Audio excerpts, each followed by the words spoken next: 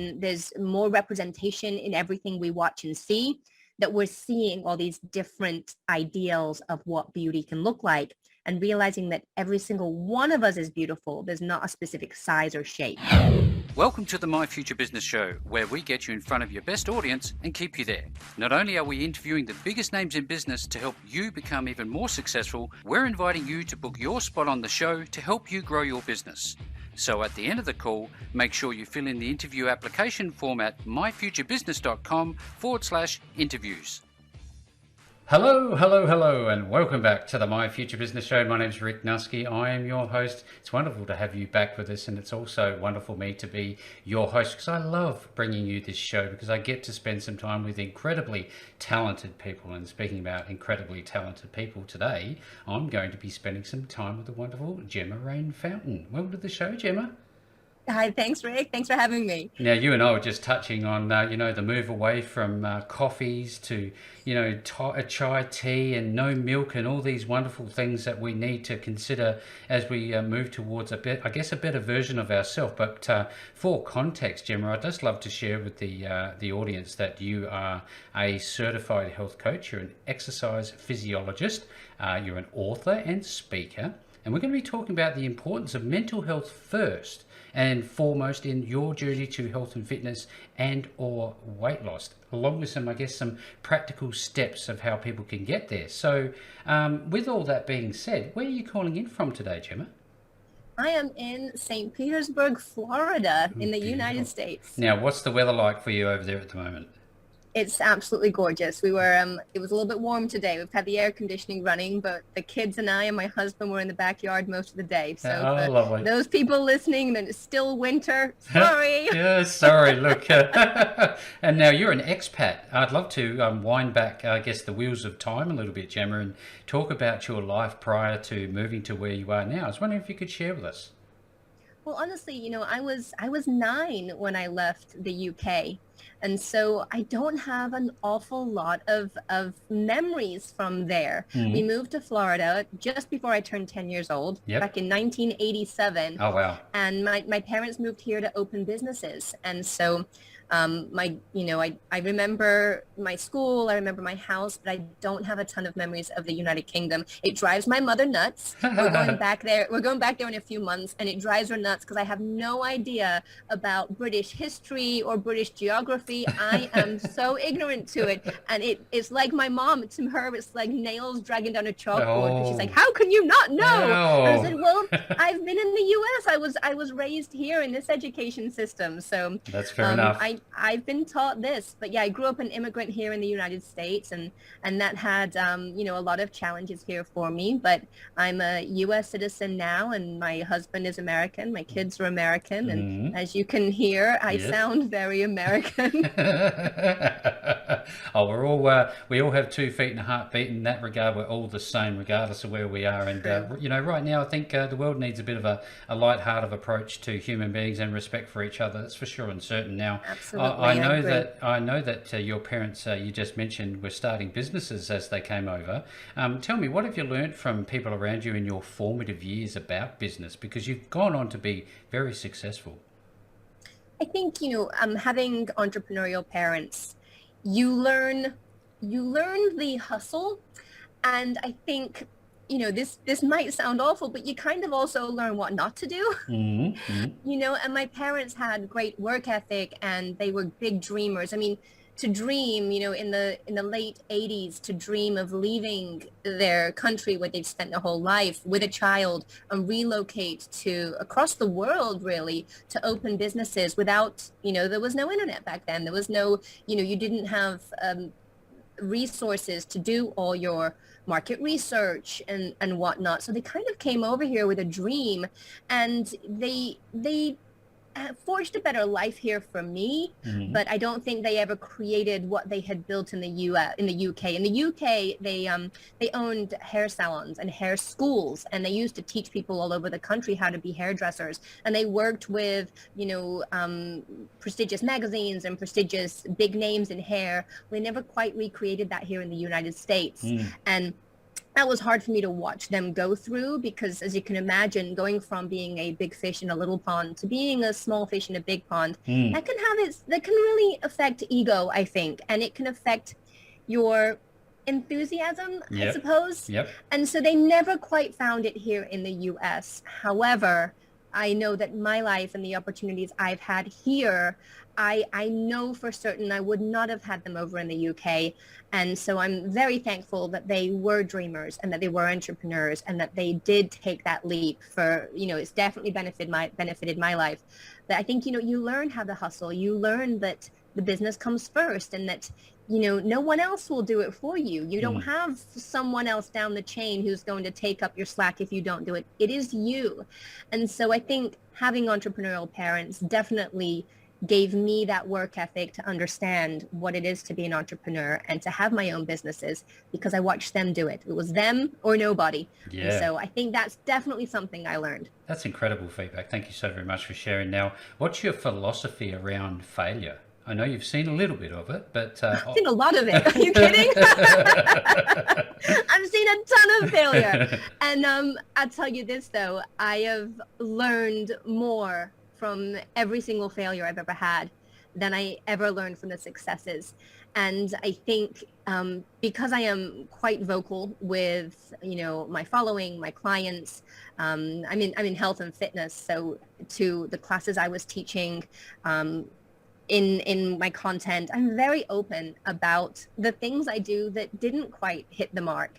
And I think that makes me more relatable. It helps me connect with my audience even better, because it is normal. We're going to fail. And I think if you don't fail, you're not trying. And so I'm not mad at failure. I get a little disheartened sometimes, and I get a little frustrated. But when I stop and take account of really all the things I've done in my life, and I think it's important to remember that the things I wished for 10 years ago, I have now. And I'm going to make wishes now, and I'm going to have set goals now. And in 10 years, I will reach the goals that really were meant for me, and the things that weren't meant for me will pass me by. And I think just living in the moment, finding the joy in every day is critical to being okay with those failures, because they don't define us. You've got a couple of things on your side, more than a couple, I'd say. You've got tenacity, commitment, consistency. You're a goal setter. We've touched on the people in your earlier, I guess, your formative years. Now, as your circle of influence expands, you would be exposed to different types of personalities. Have any other people influenced the way you think about how you run your business? I think there's been specific things said, because I have, in personal training, because my health and fitness business, I have some amazing personal training clients over the years, and a lot of them have been highly successful people. And, you think of conversations and seeds they planted within me over the years. I remember one client of mine, a millionaire, and he had had many failures, many successes. And I mentioned something, maybe I'll do that in another life. And he said to me, Gemma, you have many lives in this lifetime. And that was something that hit me very hard, because I stopped and looked back on my time on this earth, and really I have had many lives, and I will have many more. It depends what we focus on. And our life can change drastically in a very short period of time if we decide to put the work in. Or if we decide not to put the work in, it can change the opposite direction, right? And not for the better. Yeah. And so we have many lives we can live. So I think that was very, very impressive upon me when that client said that. And then also finding, it was hard for me at the beginning to admit that I needed help and I needed coaching. I would read books, but I felt like when I was beginning my entrepreneurial journey, I had this feeling that I had to have it all figured out so that people would respect me. And I probably set myself back many years by having that attitude. And when I finally let go of my ego and realized that I cannot do this alone, and that I have so much to learn and people can teach me, and I opened myself up to coaches, that's when things really started to change for me. So I have done a couple of programs online.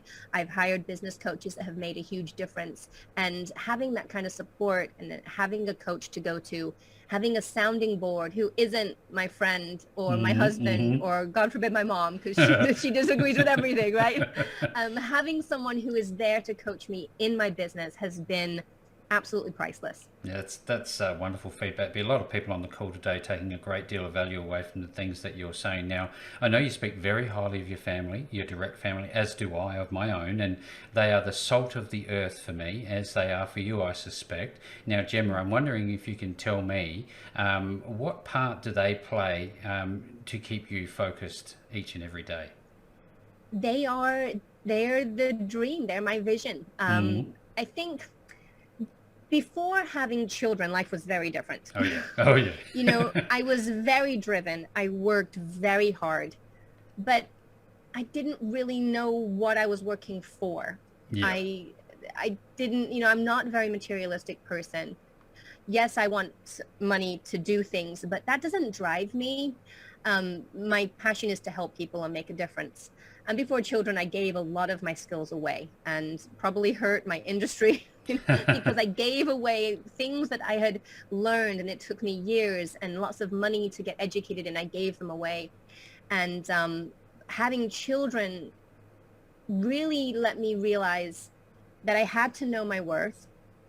I had to be paid for my time, because now my time was infinitely more valuable, because if I'm not with my family, I better be getting paid enough to not be with them. Yeah, wow. So it wasn't just the paying for my knowledge and paid for my years of experience. You better make it worth it, because if it's not worth it, I have somewhere better to be. Yeah, that absolutely makes great sense, because many times I've had people ask similar questions. Well, why isn't it free? Because I value my time, and the services that you provide, Gemma, are along the lines of anyone who provides a level of value. You need to be rewarded for the skills and experience, because you can't buy those things, can you? Absolutely. And I mean, you know, I'm not afraid to toot my own horn. I'm very, very good as in my industry. You know, now I'm a health coach. And I, as you said, I focus on the mental health side of fitness and weight loss and nutrition, because people have mental blocks around these things. People know what they should and shouldn't eat. They know they should move. They know how to exercise, but they don't do it. And so I help people really overcome the mental blocks. And it's taken me 20 years. 20 years ago, people weren't talking about this. They weren't talking about the mental health side. So I had to self-educate. I had to go find resources. And I went back to school to get more education. And then I've practiced on myself. I've practiced with previous clients. And I've honed a skill set where I can help people very, very quickly in the most amazing, beautiful, powerful ways in a very short period of time. Now, that's worth a lot. Oh, you yeah. know? There's a quote that I'm going to mess it up, but I think like it was a quote where a famous artist was sitting at a coffee shop and someone walked up and said, "Oh, can you draw a picture on my napkin?" And the artist did, and then the artist said, "Okay, that'll be, you know, $2,000."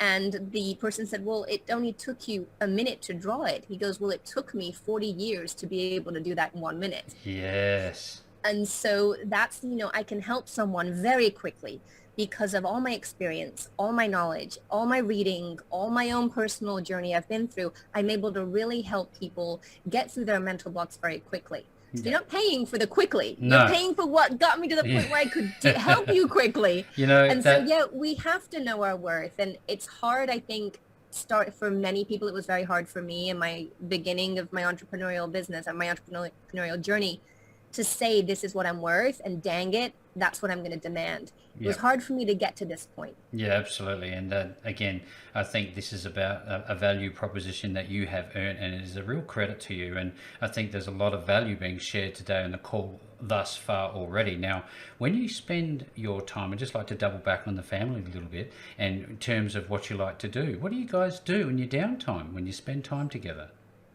We are very simple. We have a beautiful backyard and a garden, Mm. and we love to just get outside and play. So if we are not out in our amazing city, because St. Petersburg, Florida is a beautiful, amazing city, Oh yeah. we're shooting basketball out front on the front hoop. We're in the back. We're playing wiffle ball, or we're playing soccer, or we're hanging out with the dog. We have a beautiful dog, and really, it's about creating for us as a family, creating memories without having to be overstimulated.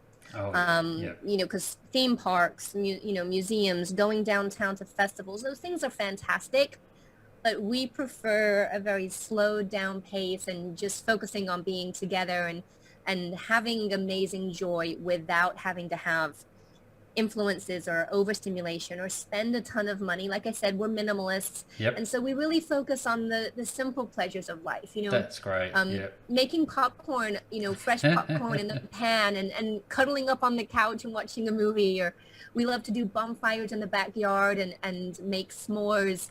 We Some like s'mores, to now grill I'm out. hungry. Oh, the kids love it. And we love to grill out in the backyard and have friends over. We like to keep it very simple, and we keep our circle very small and just, focus on just quality time together. That's a family first focus, and I love that. That's very much, you've just mimicked exactly what we love doing as well. So it'd be wonderful to catch up sometime, even though we're halfway across the world from each other. Now I wonder, when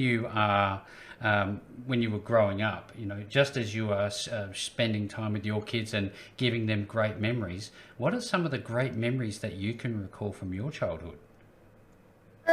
Now we're getting into a whole other subject. I had a rough childhood. My parents, when they moved over to America, they struggled. They struggled in their relationship.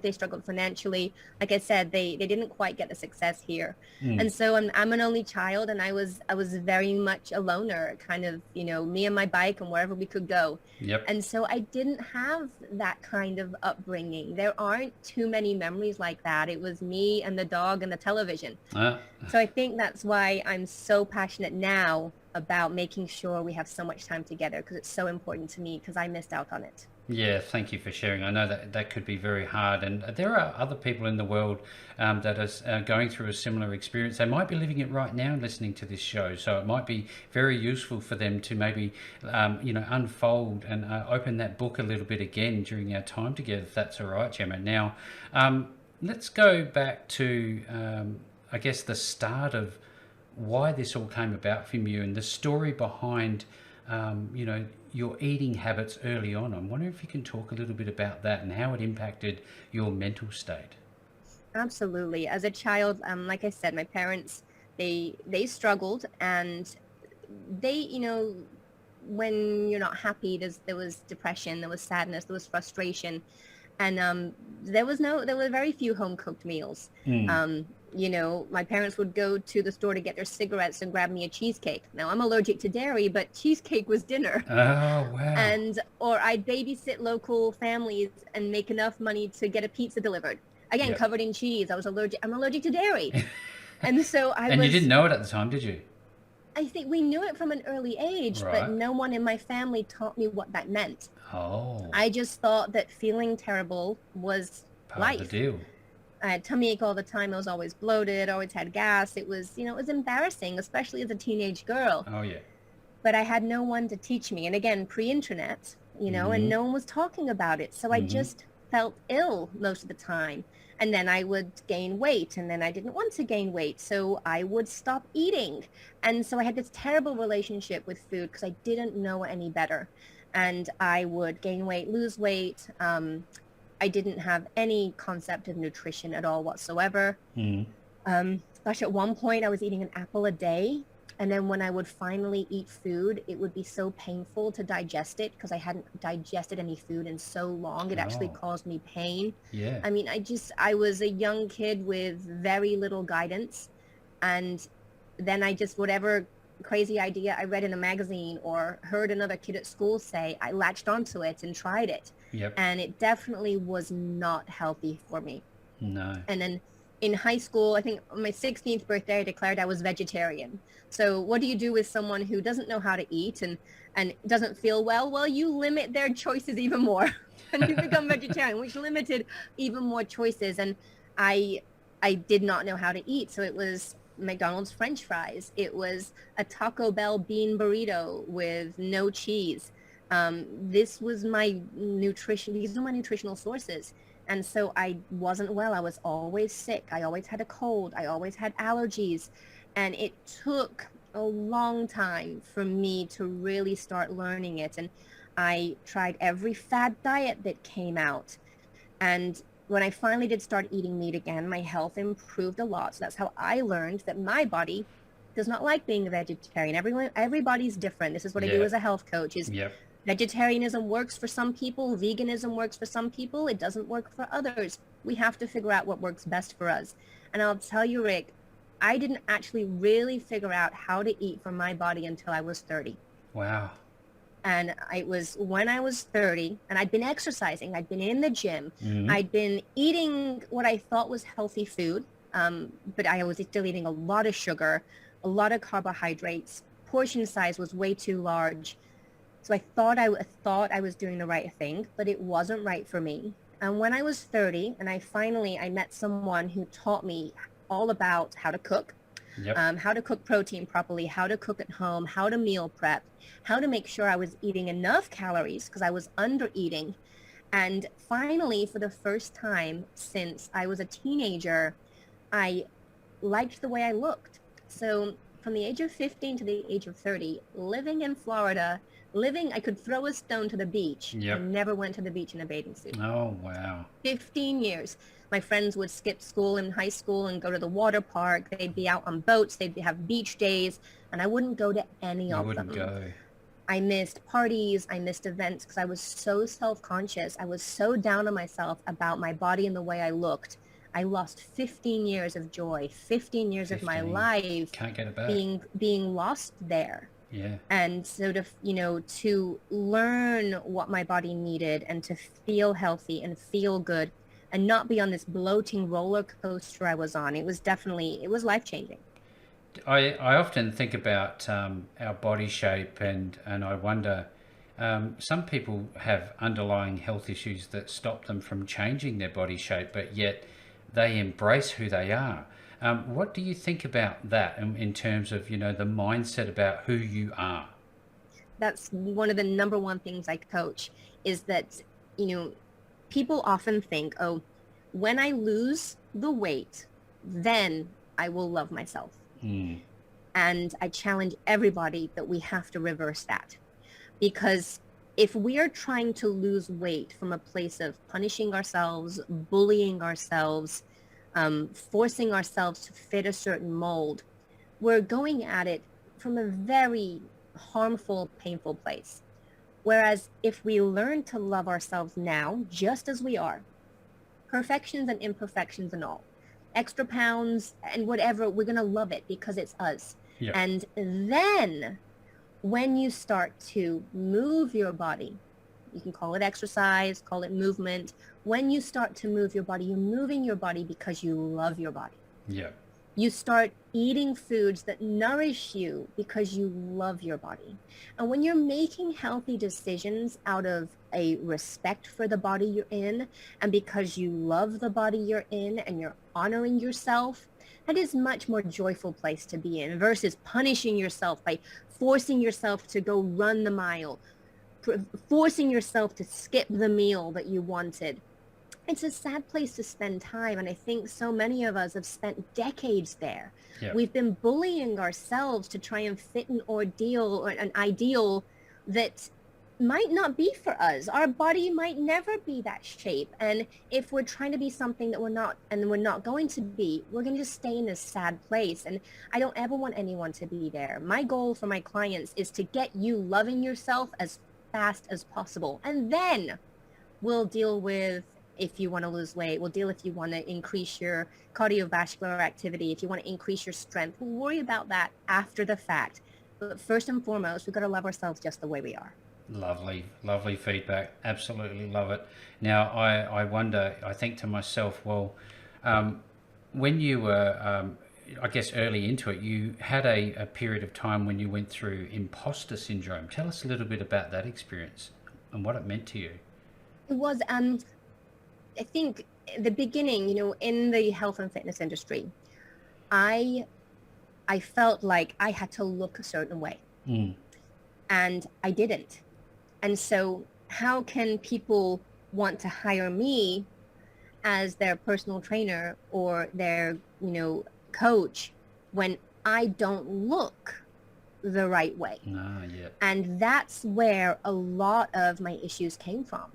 And, I didn't fit the stereotypical mold the first, 10 years of my career because I didn't know how to eat. I was under eating, overeating, still eating dairy, Mm. drinking way too much alcohol. I was just bloated constantly. And I remember that look people gave, like, oh, you're a fitness instructor? And then they Huh. looked me up and down. Mm-hmm. And well, their looks might have meant nothing. They might have been looking at me like, dang, you look great. You're so healthy. But I took it as a judgment. And I Ah, have no idea. The people who looked at me like that, I have no idea what they were thinking at that time. no. But because of my own insecurities and my own low self-esteem, I interpreted those looks negatively. You painted the And picture. so and so I spent a lot of time thinking, who am I? I don't even look like I belong in this industry. And that was hard. It was hard to, and it hindered hindered what I went for in my career. It hindered opportunities. It definitely affected me. These are incredibly powerful insights that I know a lot of people will be taking a great deal of value away from. Now, I want to know your take on the impact that media is having on particularly young individuals growing up in a world that seems to have a certain expectation about shape. Tell us a little Actually bit about that. I wrote a huge paper on this, on the negative effect of media on female body image, Mm. quite some time ago.